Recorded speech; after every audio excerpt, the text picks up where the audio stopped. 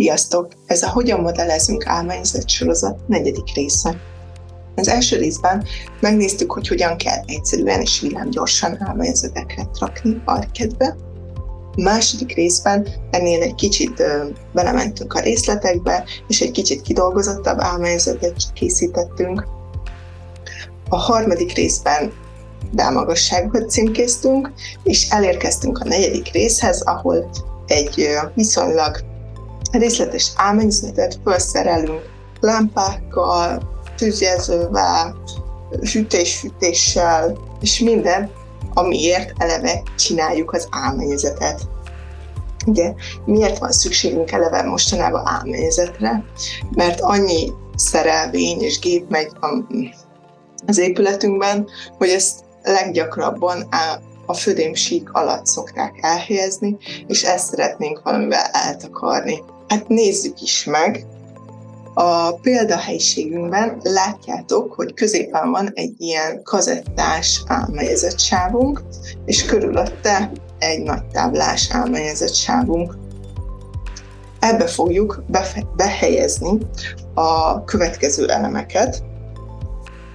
A narancssárgával jelölt elem, ő egy bankroll akar lenni, ami hűtés-fűtésre használ. A gépésztervező adja meg, hogy mennyit kell bepakolnotok ilyenből, ha ilyen típusú a fűtésetek. Az alatta lévő kékkel jelölt elemek lámpák lesznek. A lámpákat honnan tudjátok, hogy mennyit kell bepakolni?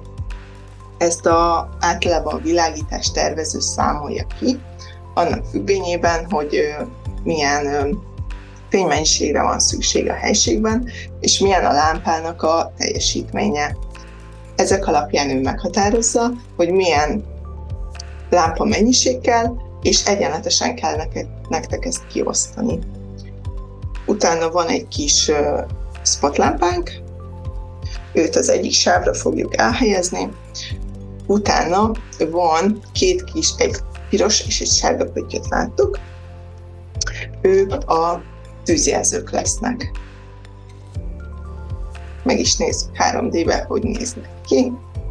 Oké, ők a tűzjelzők, ő a spotlámpa, ő a süllyesztett lámpa, ő meg a hűtő-fűtő elem.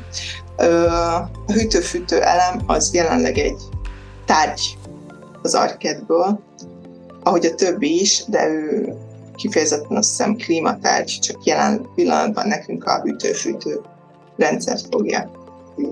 Amit látjátok, ők mindegyik arikettárgy, kivéve a lámpák, ahol nem régiben a lámpát külön elem alá vették, úgyhogy külön elemként fogjátok megtalálni a lámpákat.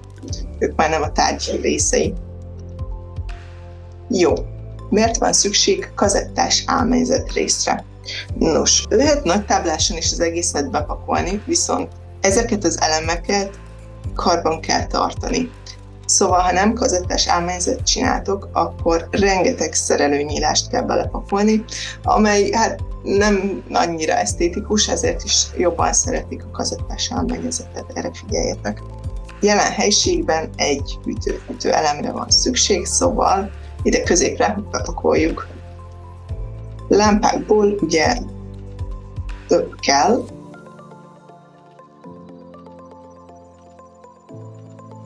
őt szépen végigpakoljuk.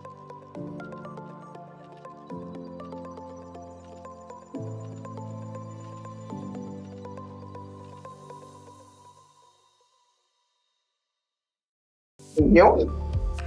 A kis spotlámpákat ide berakjuk.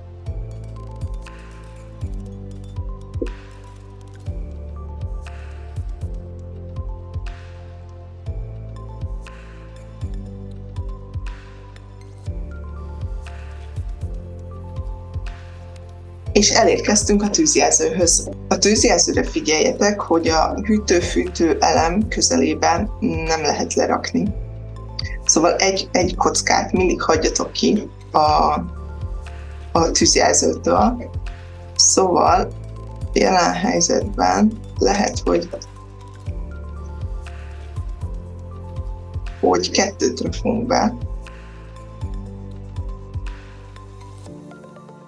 Illetve amiért láttok egy sárgát, annak az az oka, a tűzjelzőt úgy szokták elhelyezni, hogy egyet álmennyezet alá, és egyet álmennyezet fölé.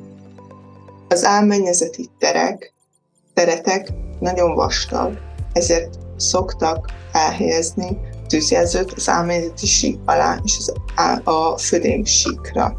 Nézzük is meg, hogy alakultak az álmennyezetek. Láthatjuk, hogy nem teljesen látszódnak. Kicsit lentebb kell őket hozni. Nyomunk egy Ctrl-Alt, hogy becsoportosítjuk a lámpákat. Egyszerre tudjuk őket mozgatni. Szóval megnézzünk egy lámpát, miket fogunk, és lejjebb állítjuk kicsit a szintjüket. Ugye 320 van az álmennyezetünk, de nekik egy kicsit lentebb kell lenni, hogy látszódjanak. Tehát 318-at megpróbálunk. Most látszódnak. Ugye őket próbáljuk egy kicsit besüllyeszteni, tehát 6G-vel ideiglenesen a csoportot megszüntetjük, és őket viszont felpakoljuk. Ugyanígy. Jó. Jó, látjuk, hogy a kis hűtő klíma elemünk is kicsit fönt van. Őt is lentebb hozzuk. Jóval. Látszódik is a mennyezetünk. Ilyenkor azt lehet még csinálni, hogy a kimutatás jó legyen, hogyha kimutatjátok az álmennyezet kazettákat, hogy belementek a szerkesztésbe, és ahol van panel,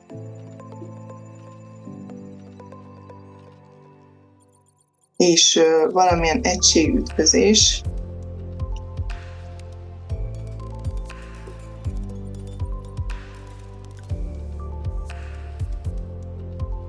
azokat kiszeditek. Már engedném megfogni. Így simán csak kitörlitek. De ha megnyomjátok itt, ha nyomtok egy shiftet, és a kis mágnesbe kapcsoljátok, akkor egyszerűbb kijelölni.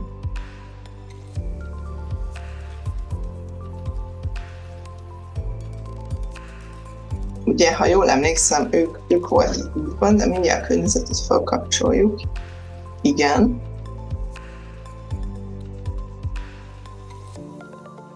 Ők voltak útban. Nyomjatok kilépés a szerkesztésből, és már is nem ütközik a kettő.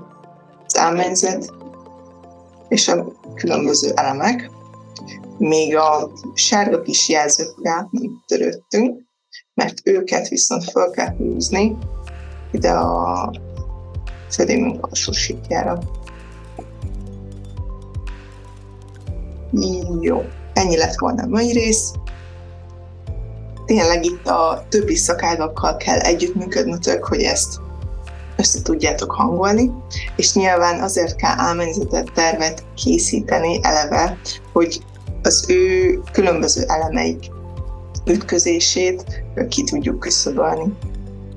Remélem hasznosnak találtátok a videót, iratkozzatok fel a csatornára, sziasztok!